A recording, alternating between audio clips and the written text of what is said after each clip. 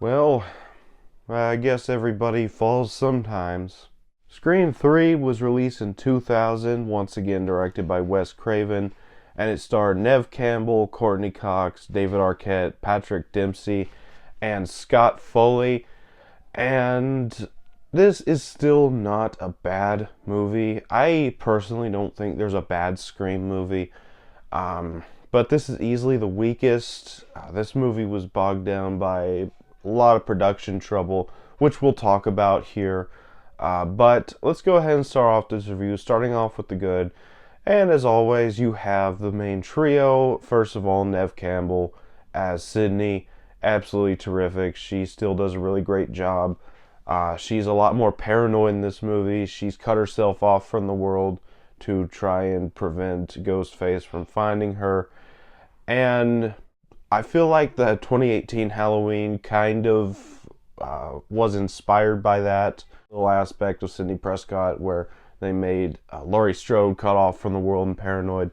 And then you have, once again, Courtney Cox as Gale Weathers. Really great. She gets even more to do in this one than she had in the first two movies. And I just really like the way she played the character. And then, as always, obviously my favorite character in this franchise, you have David Arquette as Dewey. Absolutely amazing. He's kind of the comic relief this time around. He still had funny moments in the first two, but he's definitely the comic relief this time around. And I really love his chemistry with Courtney Cox. Like I said, the past two reviews, they just had really good natural chemistry because of their real life relationship. And then I really liked the cameo in this movie of Jamie Kennedy as Randy.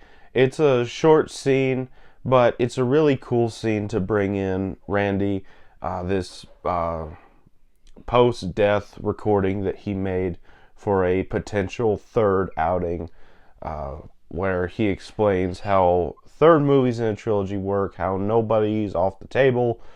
Really cool scene. And then you have the character of Mark Kincaid, played by Patrick Dempsey.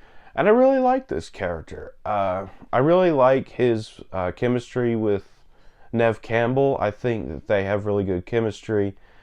And also, apparently they're married now in the films. I think they mentioned that in Scream 5. I have to go back and rewatch that movie. But maybe he'll show up in Scream 7. We don't know. Then you have the character of Ghostface, and I know a lot of people are going to disagree with me here, because just about everybody agrees that this is the weakest Ghostface, but I personally still enjoy this Ghostface. Roger Jackson's voice performance, still top notch, still menacing, still sinister. And personally, I don't dislike Scott Foley as Roman Bridger being the killer in this movie. I would have preferred the original script, which we'll get to in a second, but I still really liked Roman Bridger. You have to give him props. He's the most accomplished Ghostface. He's the only one who did it alone, and he's got the highest body count. So you got to give him props there. Yes, there are some reveals about him that I will get to, but that's aside from my point. I just really liked this Ghostface. And then there's a small cameo in this movie that makes me laugh every time, where Jay and Silent Bob randomly show up. I just think it's funny because I like Jay and Silent Bob. Really random cameo, but I still like it. And then the story of this movie, it's not terrible, but it's not as good as the first two. You get this whole movie setting where Ghostface is killing off the cast of the film, the cast and crew. It's not terrible, but it's not great. There's a few good kills in this movie. And the score is obviously still great. The soundtrack is really good. That's about all for the good. Let's go ahead on to the bad. And there's a couple things here. First of all, it's the story. I would have preferred the original script. The original script was Stu Macher was still alive, and I still believe Stu Macher is still alive, but that's aside from the point. He's still alive, and he's in prison, and he's training this cult of Ghostface killers of high schoolers from prison. And unfortunately, they had to scrap that because of the unfortunate events that happened at Columbine in 1999. So the studio figured, maybe it's not a great idea to have a group of high schoolers worshiping a killer and killing in his name. And I understand that. So they completely scrapped that plot line. Then they went with the Hollywood plot line. But then they also watered down the kills. And I feel like this movie easily could have been a PG-13 rating because of how watered down the kills were. I just feel like for a Scream movie, the kills were a little underwhelming for the most part.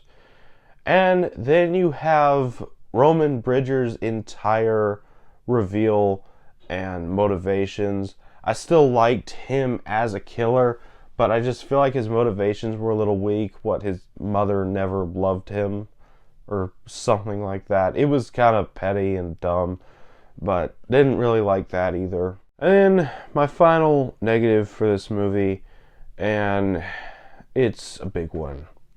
Why did you kill Cotton Weary in the opening act of this movie? Why make a major character like Cotton the opening kill? It just makes no sense. They should have saved him for at least the halfway point in the movie if they were going to kill him. But yeah, I didn't like the fact that they killed Cotton Weary so early in this movie. But yeah. But that's about all for the bad. On to the final thoughts. I still enjoy this movie, and I'll still watch it without complaining every time I watch this franchise. Scream 3 is not perfect.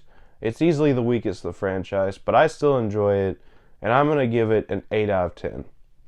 So that was my thoughts on Scream 3. Have you seen this movie? Let me know down in the comments what you thought about it. As always, if you enjoyed this video, don't forget to like, comment, subscribe, and I'll see you all next time.